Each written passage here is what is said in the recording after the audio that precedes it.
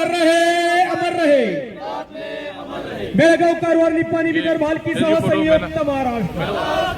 बेळगाव कारवार निपाणी विदर्भ हलकीसह संयुक्त रहे, अमर रहे, अमर रहे, अमर रहे, अमर रहे। बेळगाव कारवार निपाणी विदर्भ हलकीचा संयुक्त महाराष्ट्र। अमर रहे, अमर रहे, अमर रहे, अमर रहे, अमर रहे।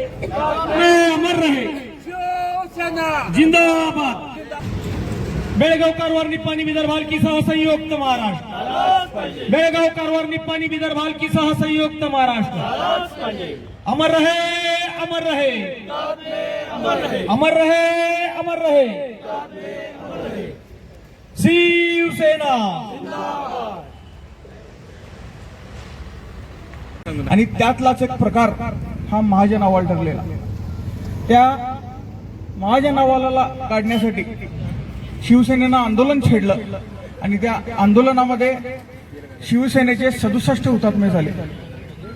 आजची परिस्थिती महाराष्ट्राची आणि एकंदर पाहता त्या हुतात्म्यांचं किती जणांना गांभीर्य आहे खऱ्या अर्थानं प्रश्न आहे। ज्या शिवसेनेनं बेळगावकरांसाठी या आमच्या चळवळीसाठी हुतात्मे दिले त्या शिवसेनेचे 2 भाग होताना त्या ठिकाणीच पाहावे लागतात आणि त्यातलाच एक भाग त्या ठिकाणी ज्याचं नेतृत्व स्वतः या कन्नड सक्ती आंदोलनामध्ये ज्यांनी 40 दिवस तुरुंगवास भोगला तेच आज सीमा प्रश्नाच्या विरुद्ध भूमिका घेणारे पदाधिकारी या ठिकाणी सीमा भागात नेमतात। ही खऱ्या अर्थानं सीमावासियांची शोकांतिका आहे।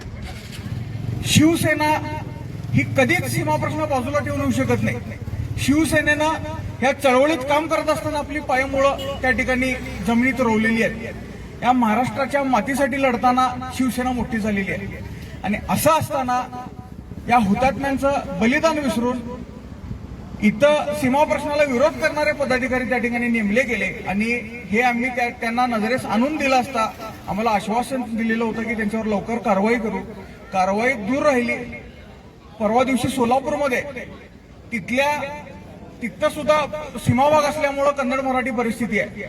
तिथल्या लोकांना खुश करण्यासाठी याच सीमा प्रश्नाला विरोध केलेल्या पदाधिकाऱ्यांना बोलून भाषणं करायला लावतात। हे दुर्दैव आमचं आहे। खऱ्या अर्थानं महाराष्ट्रातल्या नेत्यांनी या चळवळीचं किती गांभीर्य राखलेलं आहे हे खऱ्या अर्थानं स्पष्ट करावं। त्यांनी आपली का भूमिका म्हणतो आम्ही एकाकी झुंज देतो, आम्ही लढत राहू जोपर्यंत आम्हाला न्याय मिळत नाही, पण तुम्ही कुठेतरी आम्हाला भूल तापा तुम्हाला काहीतरी खोटं बोलायचं, खोटी आश्वासनं द्यायचं, सीमावासियांच्या पाठीशी आहे म्हणून प्रत्येक वेळेला आम्हाला तुम्ही सांगायचं आणि प्रत्यक्षात भूमिका घेताना मात्र सीमावासियांना कुठेतरी त्याचा त्रास होईल, आमच्या भावनांना ठेस पोहोचेल अशी भूमिका तुम्ही घेत असाल तर खऱ्या अर्थाने या हुतात्म्यांना तुम्ही विसरलेला आहे। मी महाराष्ट्रातल्या प्रत्येक पक्षातील नेत्यांना विनंती करतो, ज्या पद्धतीनं कर्नाटकातले सर्व पक्ष आणि नेते या चळवळीसाठी एकत्र येतात आणि आक्रमकपणे म्हणतात त्याच्या विपरीत परिस्थिती त्या ठिकाणी महाराष्ट्रामध्ये पाहायला मिळते। ती आता कुठेतरी थांबली पाहिजेत आणि चळवळीसाठी काम करताना महाराष्ट्र म्हणून तुम्ही एकत्रित यावं, महाराष्ट्र धर्म म्हणून सीमावासियांकडे बघावं आणि आम्हाला या पारतंत्र्यातून मुक्त करावं अशी विनंती करतोय। जाता जाता एवढंच सांगतोय, ह्या हुतात्म्यांचं बलिदान आठवा। आज प्रत्येक ठिकाणी आम्ही जात असताना या हुतात्म्यांचा आशीर्वाद आणि यांना अभिवादन करून त्या ठिकाणी व्यक्त होत असताना त्या हुतात्म्यांचा आशीर्वादांच्या पाठीशी आहे आणि लवकरच आम्ही स्वतः संघर्ष करून आम्ही न्याय मिळवून घेऊच, पण महाराष्ट्रातल्या नेत्यांनी ह्या बलिदानाला आठवावं आणि ह्यांना हुतात्म्यांना न्याय द्यावा एवढीच इच्छा व्यक्त करतो।